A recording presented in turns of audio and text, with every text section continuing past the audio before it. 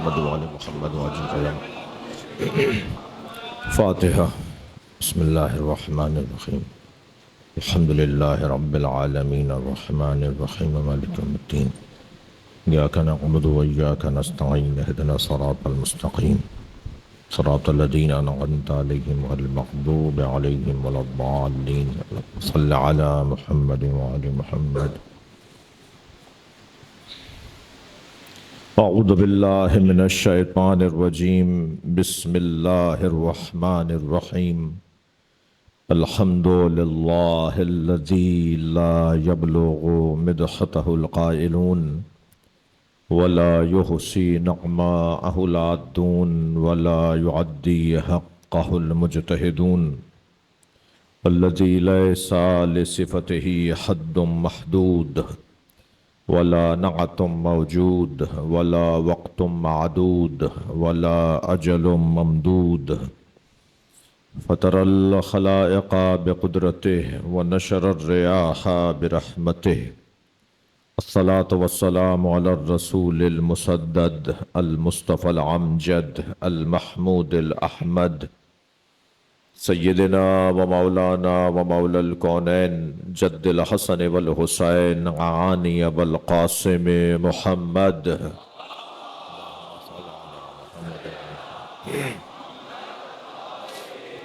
وآله الطيبين الطاهرين المعصومين الذين قال الله إنما يريد الله ليذهب عنكم الرجس أهل البيت ويطهركم تطهيرا.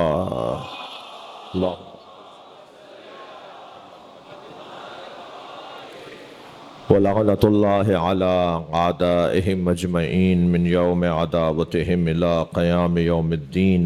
أما بعد، قال الحكيم في قرآن الكريم: بسم الله الرحمن الرحيم. يا أيها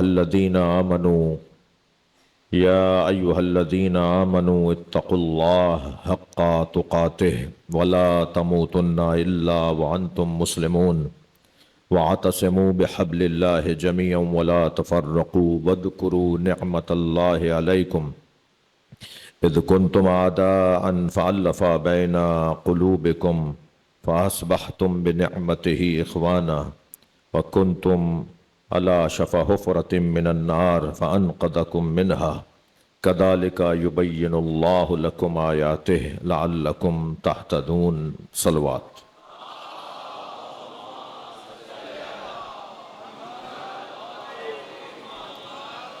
السلام علیکم. ایک صلوات اور پڑھیں محمد والی. اللہ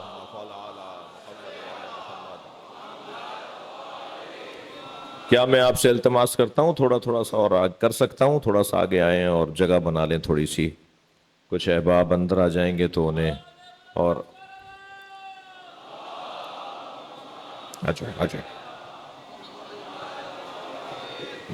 میرے دائیں جانب بلکہ آپ ادھر آ جائیے، آگے آ جائیے. ایک صلوات پڑھتے ہوئے ناظم آگے آ جاؤ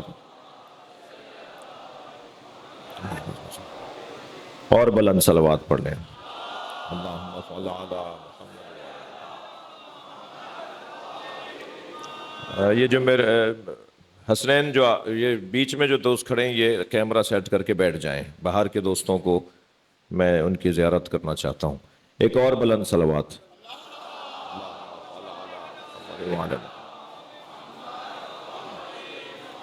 آپ اس سے بھی بلند صلوات پڑھ سکتے ہیں. اللہم صل علی محمد وعلی محمد. سورہ مبارکہ آل عمران ہے اور 102 اور 103 دو آیتیں میں نے پڑھی ہیں. آیت کا ترجمہ کروں گا اور پھر آج مقدماتی گفتگو ہے، آج تمہیدی بیان ہے. اللہ اپنے کلام میں ارشاد فرما رہا ہے: یا ایھا الذین آمنوا اتقوا اللہ حق تقاتہ. اے صاحبان ایمان، تقوی اس کے حق کے ساتھ اختیار کرو. ہر کام کا ایک حق ہے بھائی. اگر ہر کام اس کے حق کے ساتھ کیا جائے تو پھر وہ کام کہلاتا ہے، ورنہ وبال جان کہلاتا ہے. ہر کام کا ایک حق ہے، ہر کام کے کچھ تقاضے ہیں، وہ تقاضے مکمل ہوں گے تو ان کا حق ادا ہوگا، ورنہ سر سے اتار پھینکنے کے مترادف ہوگا۔ لہذا آپ میڈیکل میں پڑھ رہے ہوں، انجینئرنگ کر رہے ہوں، آپ مثلاً عصری تعلیم میں کچھ بھی پڑھ رہے ہوں، آپ مثلاً کوئی ہنر اور فن سیکھ رہے ہوں، تو ہر کام کا تقاضا ہے، ہر کام کے اپنے آداب ہیں، انہیں مکمل کرنا ہوگا۔ میں ان بچوں جوانوں سے کہوں گا جو اکثریت میں ہیں، میری خوش قسمتی ہے کہ مجھے ڈھونڈ کر کوئی بزرگ مل رہا ہے، اور جو بزرگ آئے ہوئے بھی ہیں وہ بھی حب علی میں جوان ہیں۔ صلوات پڑھ لیں ذرا محمد وآل۔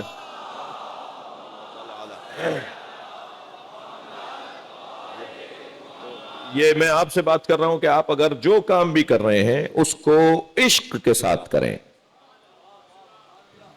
کسی نے زبردستی نہیں کہا ہے کہ فلاں پڑھائی پڑھو، فلاں تعلیم حاصل کرو، فلاں موضوع اختیار کرو۔ جو کام بھی، جوان آپ سے بات کر رہا ہوں، جو کام بھی آپ کر رہے ہیں اس سے عشق کریں۔ اگر اس کام سے عشق کریں گے وہ کام نتیجہ دے گا، ورنہ وہ کام نتیجہ نہیں دے گا۔ حتیٰ مثلا یہ علی رضا ابھی کلام پڑھ رہا تھا مگر اس نے تھوڑا سا طویل کر دیا، مجھے 1 گھنٹہ تو دیں نا شمشاد بھائی کے، جو میں تو اس لیے میں تو اپنے ختم ہونے کا ٹائم ذہن میں رکھوں گا، شروع ہونے کا نہیں رکھوں گا، میری مجبوری ہے نا، مجھے آگے جانا ہے۔ ایک صلوات اور پڑھیں ذرا نبی کی ذات پر، اللہم صل علی۔ مثلا یہ بچہ بہت کم سن تھا باب العلم، میں آج بھی مجھے کچھ تھوڑی سی ایک عجیب سی کیفیت ہے، بہت سارے چھوٹے چھوٹے بچے اب ان کے چہروں پر داڑھیاں اور روئیں اور جوانیاں نظر آ رہی ہے، اور اس باب العلم میں انہوں نے 20 سال پہلے جب میں یہاں حاضر ہوا تھا تو ان میں سے بہت سے گود میں آتے تھے، یہ شمیم بھائی کی گود میں آتا تھا، اللہ ان کی مغفرت فرمائے، یہ ماشاءاللہ جوان ہو رہا ہے، تو احسن بھائی کو خیال کرنا ہوگا، جوان ہو رہا ہے۔ تو یہ جو کیفیت ہے نا آپ کی، تو یہ بچہ علی رضا جو کام آپ کریں نا، جیسے ابھی یہ پڑھ رہا تھا، بہت اچھا پڑھ رہا تھا، تو اس نے بچپن سے اپنے کام سے عشق کیا ہے۔ جو اپنے کام سے عشق کرتا ہے وہ بامراد رہتا ہے۔ بھئی یہی تو سمجھا رہے ہیں کہ علی سے عشق کرو تاکہ ہماری زندگیاں بامراد ہو جائیں۔ جس کام کو لو اس کام سے عشق کرو۔ اب ذرا اس آیہ کریمہ کا ترجمہ سنیں۔ یا ایھا الذین آمنوا اتقوا اللہ حق تقاتہ، اے صاحبان ایمان تقوی پروردگار اس کے حق کے ساتھ اختیار کرو۔ اچھا، بات مومنوں سے ہو رہی ہے، یعنی ہر مومن متقی نہیں ہے، ہر مسلمان متقی، ہر مسلمان مومن نہیں ہے، اور ہر مومن متقی نہیں ہے، اور ہر متقی سلمان نہیں ہے، اور دنیا کے سارے سلمان مل جائیں تو علی نہیں بنے گا، وہ امام المتقین۔ اب یہ درجے ہیں، یہ کیفیات ہیں، یہ حالتیں ہیں، یہ مقامات ہیں، یہ عظمتیں ہیں۔ اے صاحبان ایمان تقوی پروردگار اختیار کرو اس کے حق کے ساتھ، دل سے۔ اب پہلے ترجمہ سن لیجئے، پھر مجھے تو آپ سے 10 دن تک کام ہے۔ وَلَا تَمُوتُنَّ إِلَّا وَأَنْتُمْ مُسْلِمُونَ یا ایھا الذین آمنوا اتقوا اللہ حق تقاتہ وَلَا تَمُوتُنَّ إِلَّا وَأَنْتُمْ مُسْلِمُونَ۔ اور خبردار، پہلا حکم، پہلا آرڈر کیا ہے؟ تقوی کو اس کے حق کے ساتھ اختیار کرو۔ دوسرا آرڈر کیا ہے؟ وَلَا تَمُوتُنَّ إِلَّا وَأَنْتُمْ مُسْلِمُونَ۔ اور خبردار تمہیں موت نہ آ جائے، مرنا تو مسلمان مرنا۔ وَلَا تَمُوتُنَّ إِلَّا وَأَنْتُمْ مُسْلِمُونَ۔ تیسرا آرڈر وَاعْتَصِمُوا بِحَبْلِ اللَّهِ جَمِيعًا وَلَا تَفَرَّقُوا۔ اللہ کی رسی کو مضبوطی کے ساتھ مل کر، مل کر، وَاعْتَصِمُوا بِحَبْلِ اللَّهِ جَمِيعًا، اللہ کی رسی کو مضبوطی کے ساتھ مل کر، اللہ کی رسی کو مضبوطی کے ساتھ تھامو۔ مسئلہ اجتماعی ہے، مسئلہ انفرادی نہیں ہے۔ اللہ ہمیں اکائیوں میں نہیں دیکھنا چاہتا، اللہ ہمیں اجتماع میں دیکھنا چاہتا ہے۔ جو تنہا رہتا ہے اس پر دشمن غالب آ جاتا ہے، اور جو اجتماع میں رہتا ہے وہ دشمن پر غالب آتا ہے. یہ اجتماعی مسئلہ ہے. وہ وَاعْتَصِمُوا بِحَبْلِ اللَّهِ جَمِيعًا وَلَا تَفَرَّقُوا، اللہ کی رسی کو مضبوطی کے ساتھ تھامے رکھو مل کر، اور تفرقے میں نہ پڑھو. اب میں ابھی جو ترجمہ ہے وہی سن لیجئے، پھر بعد میں تفسیر کی بات ہوگی. اور تفرقے میں مت پڑھو. وَاذْكُرُوا، چوتھا آرڈر، وَاذْكُرُوا نِعْمَتَ اللَّهِ عَلَيْكُمْ، اللہ کی ایک وہ نعمت، وَاذْكُرُوا نِعْمَتَ اللَّهِ عَلَيْكُمْ، اللہ کی اس ایک نعمت کو بار بار دہراؤ. اللہ کی اس ایک نعمت کو، یا میں ترجمہ کروں اللہ کی اس ایک نعمت کو. حبل اللہ، یہ جو رسی ہے نا، یہ اللہ کی نعمت ہے. اس نعمت کو، اس اللہ کی رسی کو بار بار سوچو، بار بار دہراؤ، اس کے اوپر غور کرو. وَاعْتَصِمُوا بِحَبْلِ اللَّهِ جَمِيعًا وَلَا تَفَرَّقُوا وَاذْكُرُوا نِعْمَتَ اللَّهِ عَلَيْكُمْ اِذْ كُنْتُمْ أَعْدَاءً فَأَلَّفَ بَيْنَ قُلُوبِكُمْ، تم ایک دوسرے کے کھلے دشمن تھے. آدھا، کھلے دشمن تھے، تم ایک دوسرے کے تم طبیعتاً ایک دوسرے کو ذبح کر ڈالتے، مار ڈالتے، قتل کر دیتے. تمہارا یہ مزاج تھا. تم ایک دوسرے کے کھلے دشمن تھے. اذ کنتم اعداء فالف بین قلوبکم، پس تمہارے دلوں کو جوڑا گیا ہے. فالف بین قلوبکم فاصبحتم بنعمتہ اخوانا، اس ایک نعمت کی وجہ سے تم بھائی بھائی بن گئے. توجہ ہے حضرات کی؟ تو تم اس ایک نعمت کی وجہ سے، جو ایک دوسرے کے کھلے دشمن تھے، تم اس ایک نعمت کی وجہ سے بھائی بھائی بن گئے. فَأَصْبَحْتُمْ بِنِعْمَتِهِ إِخْوَانًا كُنْتُمْ عَلَى شَفَا حُفْرَةٍ مِّنَ النَّارِ. اچھا، تم ایک دوسرے کے دشمن تھے، ایک تم دوزخ میں تھے. كُنْتُمْ عَلَى شَفَا حُفْرَةٍ مِّنَ النَّارِ، دوزخ کی تہ میں تھے. دوزخ میں بھی نہیں، تم دوزخ کی تہ میں تھے. فَأَنْقَذَكُمْ مِنْهَا، اس ایک نعمت کی وجہ سے تمہیں باہر نکالا ہے. صلوات پڑھ لیں ذرا محمد و آل محمد.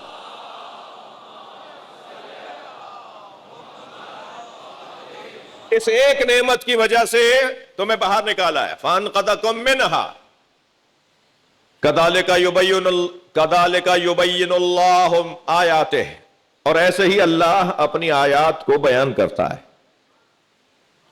ایسے ہی اللہ اپنی آیات کو بیان کرتا ہے. لَعَلَّكُمْ تَهْتَدُونَ، شاید کہ اللہ کے اس بیان کی وجہ سے تمہیں ہدایت مل جائے. یہ تو آیت کا ترجمہ ہے، اور اس پہ ہمیں آئندہ کی مجلسوں میں غور کرنا ہے. عزیزو، ہم سب، اچھا آپ کو سب نے پڑھ لیا ہوگا، ورنہ میں بتا دیتا ہوں کہ سورہ حجرات پر ہم پچھلے سال سے غور کر رہے ہیں. قرآن مجید کا ایک سورہ ہے، اس پہ ہم پچھلے سال ہم نے شروع کی تھی بات، اور پہلی آیتوں سے آگے نہیں بڑھے تھے، شاید چوتھی یا پانچویں آیت تک پہنچے تھے کہ عشرہ مکمل ہوا. تو اس سال ہم دیکھتے ہیں کہ کتنی آیتوں پر ہم غور کر پائیں گے. جو سورہ مبارکہ حجرات کی 18 آیتیں ہیں، جن میں سے کل سے بات مضمون پر کروں گا، اس کا خلاصہ اور تمہید آج بیان کر رہا ہوں. اور وہ یہ کہ اس سورہ کے اندر اللہ نے اخلاقیات کو بیان کیا ہے. اس سورہ میں اللہ نے گھریلو مسائل کا حل دیا ہے. اس سورہ میں اللہ نے سماجی اور معاشرتی اور سیاسی مسائل کا حل دیا ہے. البتہ گھبرائیں نہیں، سیاسی سے مراد پاکستان کی سیاست نہیں ہے. ہاں، یہ کہ مولانا یہ والی سیاست بیان کریں گے، نہیں، کوئی ایسا ارادہ نہیں ہے. ایک صلوات پڑھیں محمد و آل محمد. اللہم صلی علی محمد و آل محمد. آپ مجھ سے اکتا تو نہیں رہے؟ بات آگے بڑھے، مضمون آگے بڑھے تو اور ایک اور بلند صلوات دیا کریں. اللہم صلی علی محمد و آل محمد. اس سورہ میں پروردگار عالم نے سماجی مسائل کو، سیاسی اور اجتماعی مسائل کو، اور اخلاقی اور ذاتی اور فردی اور انفرادی اور گھریلو مسائل کو اللہ نے اس سورہ کے اندر ہمارے لیے بیان کیا ہے. تو اس پہ غور کریں گے. اللہ مجھے اور آپ کو، ہم سب کو توفیق عطا فرمائے. مگر اس پورے سورے کا اگر میں خلاصہ مجھ سے کوئی کہنا کہ یہ پورے سورے کا خلاصہ کیا ہے، تو اسے میں تمہید کے طور پہ بیان کر رہا ہوں۔ اس پورے سورے کا خلاصہ ہے تقویٰ، پرواہ، احساس، توجہ، احتیاط۔ مجھے اور آپ کو اپنی زندگی میں سب سے بڑی چابی، سب سے بڑی کلید، سب سے بڑی مفتاح، سب سے بڑی آلہ نجات اگر کوئی حاصل کرنا ہے تو وہ ہے احتیاط، وہ ہے احساس، وہ ہے توجہ، وہ ہے تقویٰ۔ یعنی میں تقویٰ کا ایک نام احساس، ایک نام توجہ، ایک نام خیال، ایک نام احساس دے رہا ہوں۔ ان سارے ناموں کو اگر ہم قرآن کی زبان میں کہیں تو تقویٰ، یعنی تقویٰ۔ یہ لفظ بڑا گاڑھا ہے، بڑا منہ پھلا کے بولا جاتا ہے، مگر جتنا گاڑھا لفظ ہے اتنا مشکل کام نہیں ہے۔ اللہ ہم سے وہ کام ہی نہیں مانگے گا جو ہم کر نہ سکیں۔ اللہ کا تو یہ پرانا ازلی قاعدہ اور قانون ہے کہ لا یکلف اللہ نفسا الا وسعها۔ اللہ کسی کو اس کی ہمت سے زیادہ زحمت، تکلیف، محنت، مشقت میں مبتلا نہیں کرتا۔ جس کی جتنی طاقت ہوتی ہے، جس کی جتنی ہمت ہوتی ہے، اتنا ہی شریعت اس سے بات کرتی ہے۔ یعنی اگر 2000 لوگ اس وقت مجلس میں بیٹھے ہوئے ہیں تو ہر ایک سے شریعت علیحدہ بات کرتی ہے۔ یہ کتنا کرم ہے ہمارے رب کا کہ ہر ایک سے اس کی ہمت کے مطابق وہ بات کرتا ہے۔ اس کی طرف سے زور زبردستی نہیں ہے، کھڑے ہو کے نماز نہیں پڑھ سکتے ہو بیٹھ کے پڑھ لو، بیٹھ کے نہیں پڑھ سکتے لیٹ کے پڑھ لو، لیٹ کے نہیں پڑھ سکتے اشاروں میں پڑھ لو، اشاروں میں نہیں پڑھ سکتے تو دل میں اس ذکر کو دہراؤ، اسی کا ثواب ملے گا جو کھڑے ہو کر پڑھ رہا ہے۔ اس لیے کہ اس کی وہ ذمہ داری ہے، تمہاری یہ ذمہ داری ہے۔ دو سگے بھائی، ایک ماں باپ کی اولاد، ایک لاہور میں رہتا ہے، کراچی میں۔ یہ کراچی والا لاہور گیا یا لاہور والا کراچی آیا، نماز ظہر پڑھنے کے لیے دونوں بھائیوں نے مصلی بچھایا۔ ایک پڑھے گا 4 رکعت اور ایک پڑھے گا 2 رکعت۔ یہ شریعت کا اختلاف نہیں ہے، یہ رب کا کرم ہے اپنے بندے پر کہ ہر ایک کو اس کی ہمت اور طاقت کے مطابق وہ ذمہ داریاں سونپتا ہے۔ تو مشکل کام نہیں ہے تقویٰ۔ مجھے اجازت دیں کہ اس مضمون پر میں اپنے اصلی مضمون پہ میں کل سے بات کروں۔ آج جس بات کی طرف آپ کی توجہ چاہتا ہوں وہ ایام عزا، فرش عزا، موسم عزا، عزاداری کا ماحول، کالے کپڑے، ماتم، گریہ، مجلس، تابوت، علم، عزاخانے، مرثیہ، ایام عزا شروع ہو گئے۔ عجیب نام ہے، حسین نام ہے، غریب نام ہے، جسے جب زبان پر جاری کیا جاتا ہے تو وہ نام اپنی طرف کھینچتا ہے۔ حسین۔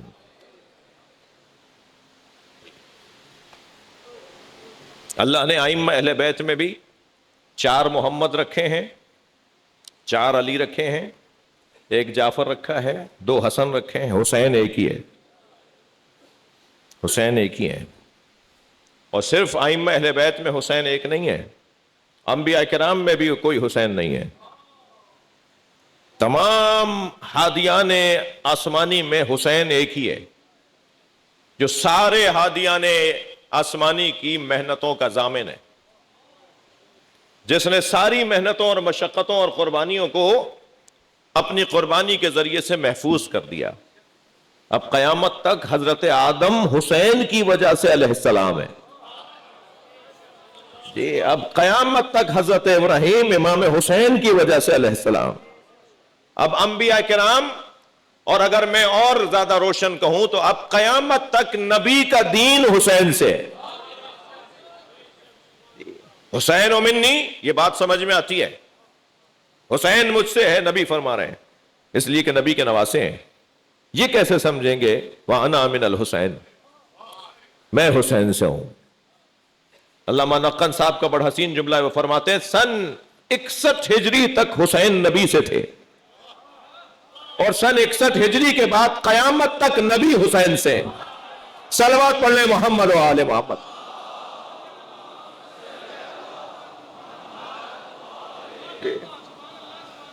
حسین، مولا حسین کا نام جب ہم لیتے ہیں نا حسین، تو یہ ساری خوبیوں کا خلاصہ ہے جسے حسین کہتے ہیں، سارے کمالات کا اسارہ ہے جسے حسین کہتے ہیں، تمام اقدار اور تہذیبوں کا نچوڑ ہے جسے حسین کہتے ہیں۔ اور اللہ کا ارادہ یہ ہے کہ حسین کی طرف لوگوں کی توجہ ہو، اللہ کا ارادہ ہے کہ لوگوں کی حسین کی طرف توجہ ہو۔ جب نبی مکرم کی آغوش میں امام حسین کو دیا گیا تو آپ نے ارشاد فرمایا ربنا فاجعل افئدۃ من الناس تہوی الیہم، یا اللہ لوگوں کے دلوں کو میرے حسین کی طرف موڑ دے۔ یہ قرآن مجید کی آیت جو حضرت ابراہیم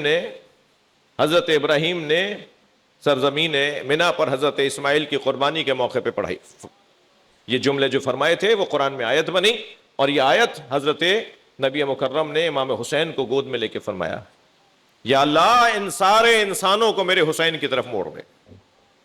اب سب انسان حسین کی طرف مڑے ہوئے ہیں، مسئلہ سنی شیعہ کا تو ہے ہی نہیں، مسئلہ تو اس سے بالا تر بھی نہیں ہے، یعنی مسئلہ ہندو مسلم کا بھی نہیں ہے، مسئلہ یہودی کا اور عیسائی کا بھی نہیں ہے، صہیونیوں کی بات نہیں کر رہا، مسئلہ انسانی قدروں کا ہے، انسانی تہذیب کا ہے، اخلاقیات کا ہے اور حسن خلق کا ہے۔ کس وجہ سے نبی کو بھیجا گیا؟ انما بعثت لأتمم مکارم الاخلاق، مجھے مبعوث کیا گیا ہے تاکہ میں اخلاق کو کمال تک پہنچاؤں، اخلاقی قدروں کو میں کمال تک پہنچاؤں۔ یہ سرکار کو اس لیے بھیجا گیا، وہ اخلاقی قدروں کو کمال تک پہنچانے کے لیے جس نے قربانی دی ہے وہ ہے حسین۔ میرے عزیزو، قرآن مجید کی ایک آیت پڑھی جاتی ہے اس وقت کہ جب کسی ماتمی کو کوئی ماتم کرتے ہوئے دیکھتا ہے، اور اس کے مذہب میں ماتم کرنا جائز نہیں ہے۔ کسی کو بے کلی اور استرابانہ کیفیت میں روتے ہوئے کوئی دیکھتا ہے، جب خاص طور پر تاسوعہ اور عاشورہ 9 اور 10 محرم کو عزائے حسین علیہ السلام میں غم حسین میں مبتلا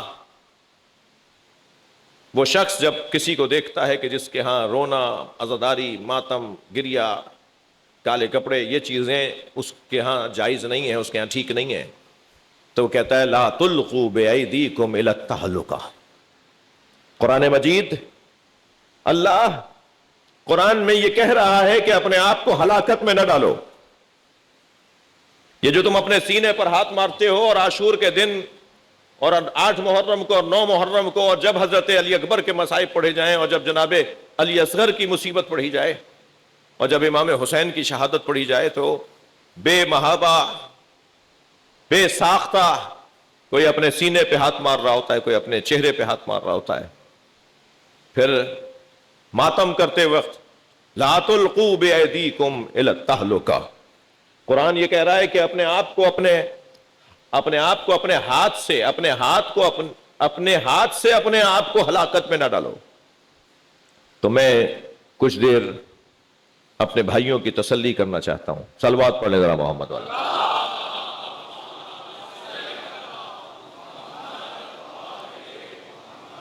دیکھیے، ایک لفظ استعمال ہوتا ہے ہلاکت، اور ایک لفظ استعمال ہوتا ہے شہادت۔ توجہ، شہادت ہلاکت کی ضد ہے، ہلاکت شہادت کی ضد ہے۔ جو شہید ہے وہ ہلاک نہیں ہے، جو ہلاک ہے وہ شہید نہیں ہے۔ ہلاکت اور شہادت میں کون سا نقطہ ہے، کون سی بات ہے جو دونوں چیزوں میں فرق ڈالتی ہے؟ اس کے نزدیک وہ ہلاک، اس کے نزدیک وہ شہید۔ ایک لکھ رہا ہے شہید تو دوسرا لکھ رہا ہے ہلاک، کوئی اسے شہید کہتا ہے تو کوئی اسے ہلاک کہتا ہے۔ یہ کون سی چیز ہے کہ جو ان دونوں چیزوں کے درمیان فرق ڈالے گی کہ شہید کسے کہتے ہیں اور ہلاک کسے کہتے ہیں. تھوڑا سا اور توجہ بڑھائیے. ایک اور لفظ استعمال ہوتا ہے ہلاکت اور شہادت کے ساتھ، وہ ہے مشقت. نہ ہلاکت ہے نہ شہادت ہے، مگر خود کو مشقت میں ڈالنا ہے، خود کو تنگی میں ڈالنا ہے، خود کو پریشانی میں ڈالنا ہے. ننگے پیر چلیں گے تو کانٹا بھی چھپ سکتا ہے. جی مجمع میں آئیں گے تو بھیڑ میں کوئی تکلیف بھی ہو سکتی ہے، انگوٹھا بھی چھل سکتا ہے، دھکا بھی لگ سکتا ہے، کوئی تکلیف بھی ہو سکتی ہے. یہ جو مشقت ہے یہ بھی تو کوئی چیز ہے. ہلاکت تھک تو نہیں رہے. ہلاکت، شہادت اور مشقت، ان ساری چیزوں میں جو چیز فرق ڈالے گی وہ ہے مقصدیت. صلوات پڑھ لیں محمد و آل محمد.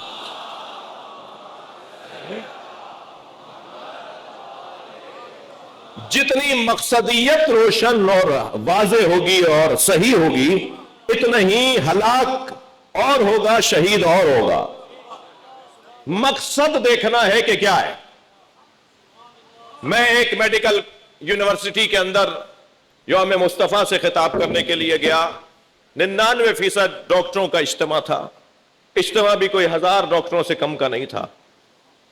اس میں پہلے، دوسرے، تیسرے، چوتھے، 5ویں سالوں کے ڈاکٹرز بھی تھے اور اساتذہ بھی تھے اور یونیورسٹی کے رجسٹرارڈ بھی تھے اور تمام افسران بھی تھے. وائس چانسلر شاید نہیں تھے، بہرحال افسران موجود تھے. تو پہلے ہم نے اپنے خطاب کیا، اس کے بعد دورانیہ شروع ہوا سوال جواب کا. سوال کیا مجھ سے ایک محترم طبیب نے، ایک ڈاکٹر نے، کہ آپ جو ماتم کرتے ہیں، آپ جو اپنے بدن کو تکلیف پہنچاتے ہیں، یہ اللہ کی امانت ہے، آپ کو کس نے حق دیا ہے؟ سوال اچھا ہے، اس پہ صلوات پڑھ لیجئے. اللہم صل علی محمد و آل محمد. اب میں دیکھتا ہوں کہ جواب اچھا ہونے پہ آپ کی صلوات کیسی آتی ہے. ایک صلوات اور نبی کی ذات پر. اللہم صل علی. اگرچہ میرے تمہیدی بیان سے آدھا جواب تو آج تک آپ تک پہنچ گیا، تو میں نے ان سے محترم سے آواز دے کر کہا کہ آپ کا میڈیکل میں کون سا شعبہ ہے؟ فرمانے لگے سرجن ہوں. صلوات پڑھ لیں ایک اور نبی اور آلہ پہ.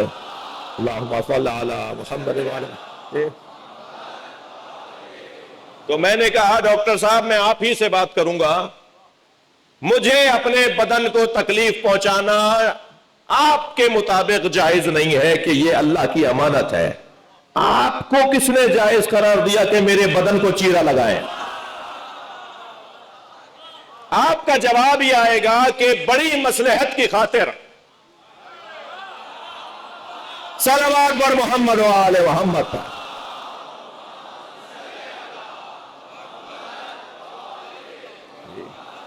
مصلحت راجحہ کہلاتی ہے اور مفسدہ مرجوحہ کہلاتا ہے. ایک لفظ استعمال ہوتا ہے مصلحت، ایک لفظ استعمال ہوتا ہے مفسدہ. ہر کام کی ایک مصلحت ہے اور اسی کام کا ایک مفسدہ ہے. ہر کام، تھوڑا گردن ہلاؤ بھائی، ہر کام کی ایک مصلحت ہے اور ہر کام کا ایک مفسدہ ہے. یعنی ہر کام کا ایک فائدہ ہے، ہر کام کا ایک نقصان ہے. یعنی اسی کام کا کچھ فائدہ ہے اور کچھ نقصان ہے. ٹھیک ہے؟ دیکھا یہ جائے گا کہ مصلحت غالب ہے مفسدہ پر. بڑی عنایت آپ کی توجہات کی. یا مفسدہ غالب ہے مصلحت پر. اگر مصلحت مفسدے پر غالب ہو تو پھر تکلیف برداشت کرنا ہی مصلحت ہے، اور اگر مفسدہ مصلحت پر غالب ہو تو اس سے ہاتھ اٹھانا ہی مصلحت ہے. اب غالب کس کو کہتے ہیں؟ اکثریت کسے کہتے ہیں؟ غالب کسے کہتے ہیں؟ 50% سے زیادہ. 50% سے زیادہ اگر 51% بھی ہے تو یہ مصلحت غالب ہے یا مفسدہ غالب ہے. مثلا مفسدہ اگر 51% ہے تو مفسدہ غالب ہے، مصلحت اگر 51% ہے تو مصلحت غالب ہے۔ اب جو غالب ہے اس کو لینا ہوگا اور جو مغلوب ہے اسے چھوڑنا ہوگا۔ اب آپ ہمارا سینہ چاک کر کے مصلحتاً ہمیں تکلیف میں ڈالتے ہیں تاکہ ہم بچ جائیں، آپ ہماری جان بدن کی حفاظت کے لیے ہمارا بدن چیر ڈالتے ہیں، یہ تو مسئلہ معاشرے کا ہے، سماج کا ہے، دین کا ہے اور روح کا ہے۔ یہ جو عزاداری ہے یہ روح کا مسئلہ ہے، یہ جو عزاداری ہے یہ سماج کا مسئلہ ہے۔ بھائی سماج کا اس سے بڑا مسئلہ اور کیا ہوگا کہ حسین کی طرف توجہ ہو جائے۔ صلوات پڑھ لیں محمد و آل محمد۔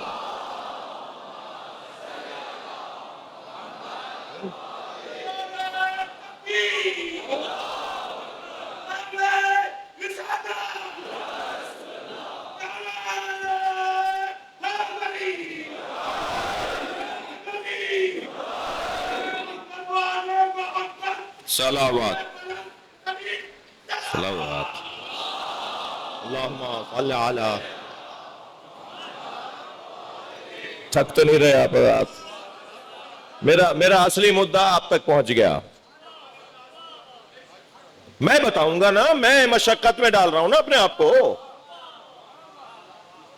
ہم بتائیں گے نا، ہم اپنے آپ کو مشقت میں ڈال رہے ہیں کہ مقصدیت کیا ہے۔ جس مقصد کی خاطر میں اور آپ، ہم سنی شیعہ، میں سنی شیعہ کی بات کر رہا ہوں جی، عزادار صرف شیعہ نہیں ہے، ہاں عزادار صرف شیعہ نہیں ہے۔ اس موضوع پہ بات کروں گا، مجھے علیحدہ ٹائم چاہیے، کہ شیعوں سے کم عزاداری نہیں ہے اہل سنت کے ہاں، شیعوں سے کم عزاداری اور محبت اہل بیت نہیں ہے غیر مسلموں کے ہاں۔ غیر مسلم جب حسین مولا کو دیکھتے ہیں تو ایک اچھا باپ دیکھتے ہیں، ایک اچھا بھائی دیکھتے ہیں، ایک اچھا شوہر دیکھتے ہیں، اور جب سنی امام حسین کو دیکھتا ہے تو نواسہ رسول دیکھتا ہے، اور شیعہ جب امام حسین کو دیکھتا ہے تو اپنا تیسرا امام دیکھتا ہے۔ تو ہے حسین ایک مگر زاویے مختلف ہیں، ہر شخص مختلف زاویے سے امام حسین کو دیکھ رہا ہے۔ تو شیعہ ذرا تکبر اور غرور نہ کریں کہ شیعہ بھی جو ہے وہ امام حسین کی یاد میں، لہذا سب اس وقت امام کو پکار رہے ہیں اور امام کی یاد کا انتظام کر رہے ہیں۔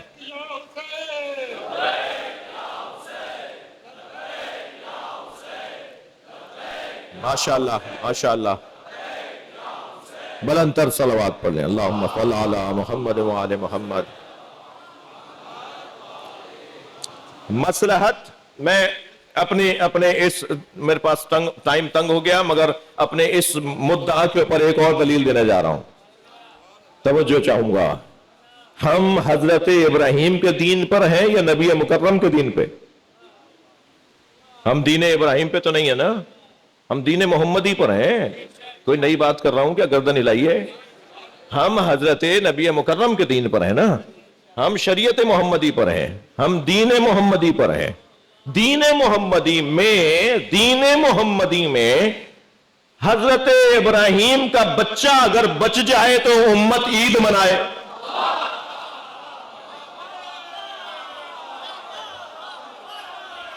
دین محمدی میں اگر حضرت ابراہیم کا بچہ اسماعیل علیہ السلام بچ جائے تو امت عید منائے، اور نبی کے بچے مارے جائیں تو غم کیسے نہ منایا جائے؟ صلوات پڑھ لیں محمد و آل محمد پر۔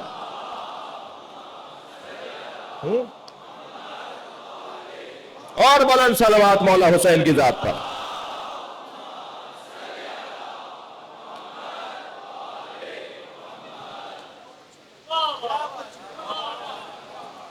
آج پہلی محرم ہے، حسین مولا سفر میں ہے۔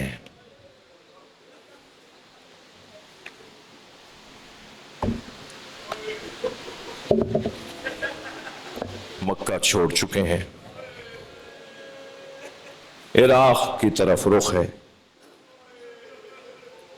ساتھ میں بہنیں ہیں، بچیاں ہیں، چھوٹے بچے ہیں، اور وہ دودھ پیتا ہوا علی اصغر بھی ہے۔ اللہ کسی کو وطن ایسے نہ چھوڑوائے، اجرکم اللہ، جیسے حسین ابن علی نے چھوڑا ہے۔ وطن کی محبت، وطن سے پیار، یہ ایمان کا حصہ ہے۔ امام مدینہ چھوڑ کر جا رہے ہیں جیسے حضرت موسیٰ گئے تھے۔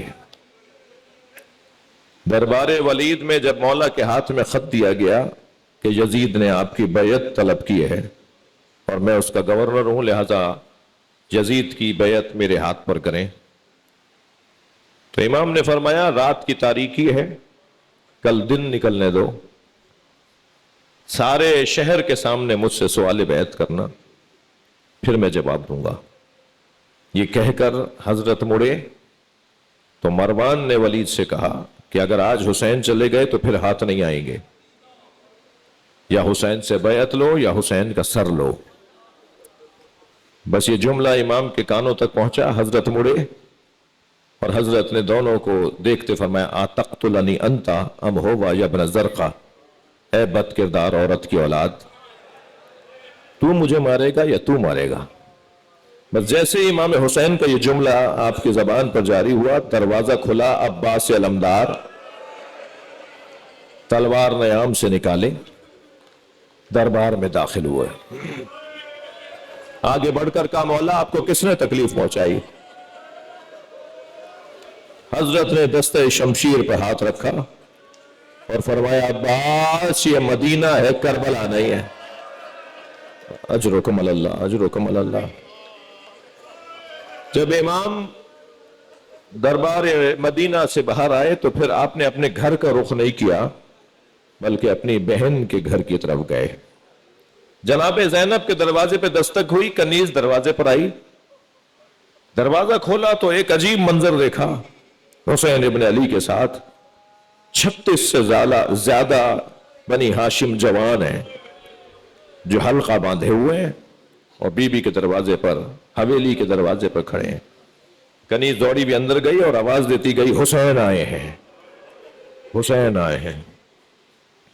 میں آپ سے پوچھ سکتا ہوں، میں جان سکتا ہوں کہ جناب زینب کتنی جلدی باہر آئی ہوں گی؟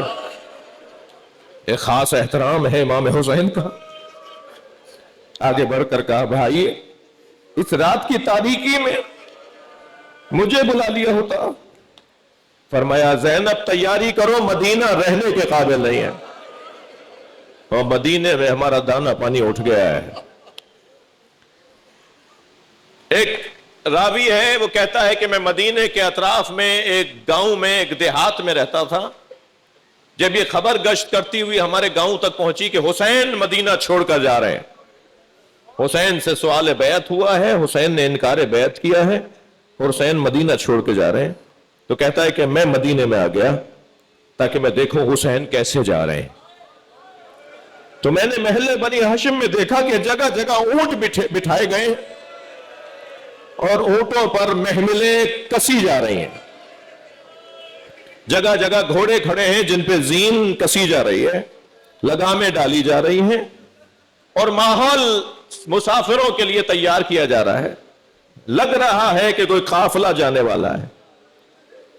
کہنے لگا میں کچھ آگے گیا تو مجھے منظر نظر آیا کہ بہت سے جوانوں کے درمیان کرسی پر حسین بیٹھے ہیں، اور حسین ان سارے لوگوں کو دیکھ رہے ہیں جو سواریوں کو تیار کر رہے ہیں۔ کچھ دیر کے بعد آ کر ایک شخص نے حضرت کو سلام کیا اور کہا کہ سواریاں تیار ہیں۔ بس یہ حضرت کو کہا تو کچھ ہی دیر گزری تھی کہ بیت الشرف کا دروازہ کھلا۔ اب جو دروازہ کھلا تو میں نے کیا دیکھا کہ آگے آگے ایک جوان ہے جس نے نقاب لگائی ہوئی ہے، اس کے پیچھے ایک بی بی ہے، اس کے پیچھے ایک بی بی ہے اور وہ اس وقار کے ساتھ قدم اٹھا رہی ہے کہ گویا اس کے ہر قدم پہ مدینے کی زمین اسے سلام کر رہے۔ وہ جوان آگے بڑھا اور اس بی بی کو اس نے سوار کیا. کہتا ہے کہ کچھ دیر کے بعد پھر میں نے دیکھا کہ بیت الشرف سے ایک جوان باہر آیا اور اس جوان کے پیچھے 2 بیویاں ہیں, اور وہ جوان انہیں آگے لے کے جیسے ہی جاتا ہے تو محمل کے قریب جا کر وہ اپنا گھٹنا زمین پر ٹیک دیتا ہے, اور وہ بیویاں اس کے گھٹنے پر قدم رکھ کے محمل میں سوار ہو جاتی. یوں ساری بیویاں سوار ہوئی تو میں نے پوچھا وہ پہلا جوان کون سا تھا؟ کہ وہ جس نے نقاب لگائی ہوئی تھی وہ قاسم تھا, جس نے اپنی مادر گرامی حضرت بی بی ام فروہ کو سوار کیا.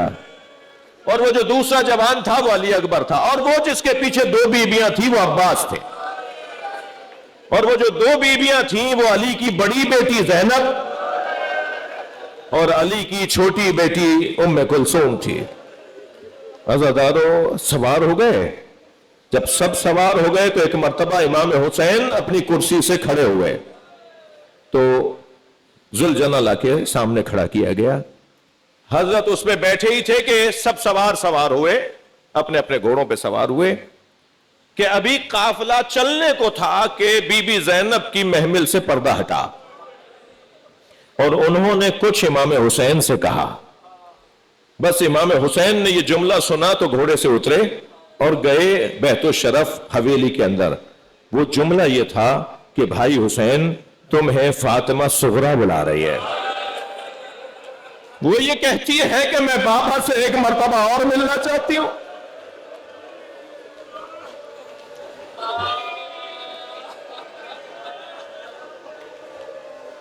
اجرکم اللہ, اجرکم اللہ, اللہ آپ کو کسی غم میں نہ لائے.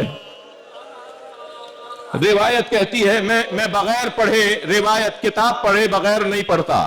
الحمدللہ یہ میں نے روایت پڑھی ہے تو پڑھ رہا ہوں. انہا علیلۃ, روایت کہتی ہے حسین کی ایک بیٹی بیمار تھی جس کی وجہ سے امام حسین نے انہیں مدینے میں گھر میں چھوڑ دیا تھا, اور 3 معمر بیویاں تھیں جو سفر نہیں کر سکتی تھیں ضعیفی کی وجہ سے, انہیں امام حسین نے گھر میں چھوڑا تھا. ان میں ایک جناب ام سلمہ جناب رسالت مآب کی زوجہ ام المومنین نانی امام حسین کی نانی, ایک جناب ام ہانی امام حسین کی پھوپھی مولا علی کی بہن حضرت ابو طالب کی بیٹی, اور ایک جناب ام البنین حضرت عباس کی مادر گرامی, اور یہ ایک جوان بیٹی حضرت فاطمہ صغرا. امام حسین گھر میں داخل ہوئے, سامنے بیٹی کو کھڑے دیکھا تو اپنے ہاتھ پھیلا دیے. بیمار بیٹی نے گلے سے لگ کر بابا کو رخصت کرنا چاہا. بہت دیر تک حسین نے اپنی بچی کو گلے سے لگایا. اجرکم اللہ, اجرکم اللہ. میں تفصیل مجھے نہیں معلوم ہو سکی, جتنا میں نے پڑھا ہے اتنا بیان کروں گا کہ ایک مرتبہ اپنی بچی کو گلے سے لگا کر سینے سے لگا کر حسین پیار کر رہے تھے تو کانپتی ہوئی آواز میں کہا بابا مجھے لے جانے کی کوئی سبیل ہے؟ بابا مجھے بھی اپنے ساتھ لے جائیں.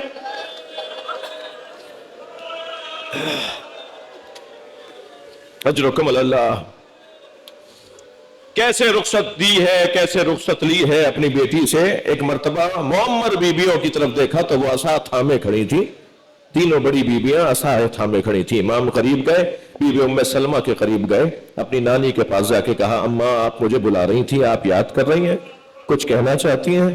تو بس یہ جملہ امام سے سننے کے بعد انہوں نے اپنی چادر میں ہاتھ ڈالا اور ایک شیشی نکالی اور اسے ایسے سامنے رکھ کے فرمایا تمہارے نانا نے مجھے یہ دی تھی, اور اس میں جو خاک ہے اس کے بارے میں فرمایا تھا جب یہ خاک خون میں تبدیل ہو جائے تو سمجھنا میرا حسین مارا گیا. حسین مجھے ایسا لگتا ہے جس سفر پہ تم جا رہے ہو یہ وہی سفر ہے جس میں تم مار دیے جاؤ گے. فرمایا ہاں ماں یہ وہی سفر ہے, میں اب مدینے واپس نہیں آؤں گا. اجرکم اللہ. جو جہاں ہے جس کے مذہب میں رونا جائز ہے وہ تکلف کر کے نہ روئے, جسے رونا نہیں آ رہا وہ رونے کا ماحول اور شکل بنائے. خاص حکم ہے ائمہ اہل بیت کا اپنے چاہنے والوں کے لیے کہ جب ہمارے جد حسین کے مصائب پڑھے جائیں تو تم رونے کی کوشش کرو, اپنی آوازوں کو بلند کرو. جب بی بی سے فرمایا نا امام حسین نے کہ نانی ہاں یہ وہی سفر ہے جس سے میں واپس نہیں آؤں گا، تو سنیں گے آپ 2 قدم آگے بڑھتے ہوئے آہستہ سے بولی پھر زینب کو چھوڑ جاؤ۔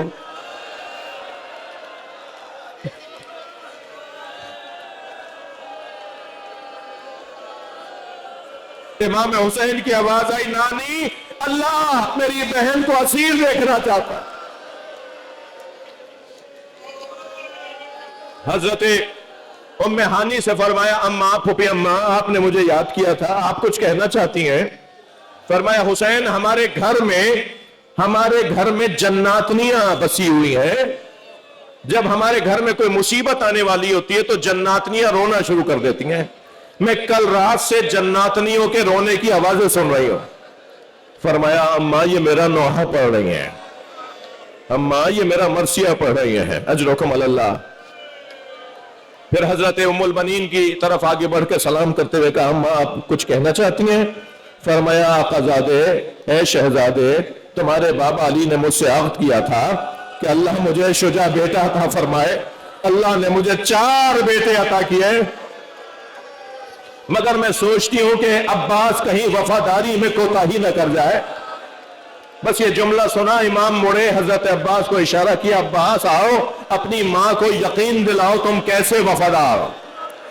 تو آگے بڑھ کر فرمایا اماں اگر 70 مرتبہ مارا گیا، اجرکم اللہ اجرکم اللہ، اگر 70 مرتبہ مارا گیا اور پھر زندہ کیا گیا تو حسین کو چھوڑ کر نہیں جاؤں گا، اجرکم اللہ۔ لہذا روایت کہتی ہے جب بشیر سناتے ہوئے مدینے میں داخل ہوا نا، بشیر ابن جزلم جب مرثیہ پڑھتے ہوئے سناتا ہوا مدینے میں داخل ہوا تو بشیر کہتا ہے کہ میں محلہ بنی ہاشم کی گلیوں میں تھا کہ اچانک ایک دروازہ کھلا، میں نے طویل القامت ایک بی بی کو دیکھا جس کے چہرے پہ نقاب تھی، جس کے کاندھے پر ایک بچہ بیٹھا ہوا تھا، طویل القامت ایک بی بی، قوی ہیکل ایک بی بی، اس کے کاندھے پر ایک بچہ بیٹھا ہوا تھا اور اس کے ہاتھ میں عصا تھی۔ وہ آگے بڑھتی ہوئی مجھ سے کہنے لگی بشیر حسین کی خبر دو۔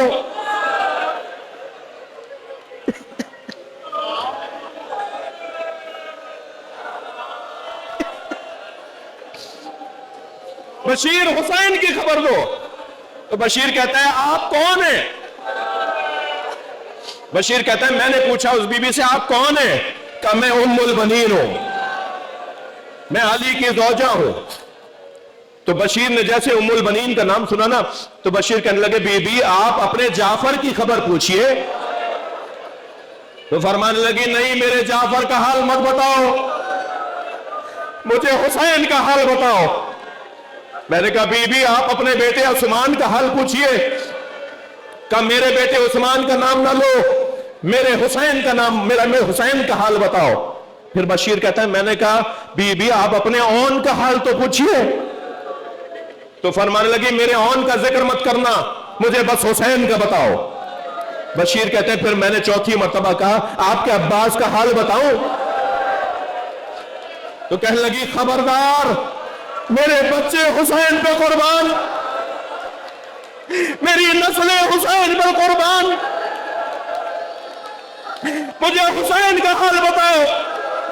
کبھی بھی حسین مارے گئے؟ ایک مرتبہ پیر زمین پر مار کے کہنے لگی عباس کہاں تھا؟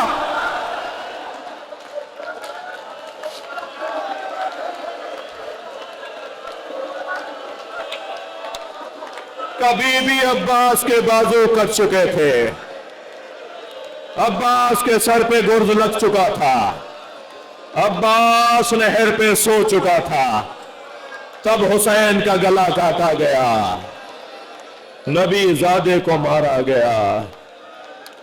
اللہ لعنت اللہ علی القوم الظالمین۔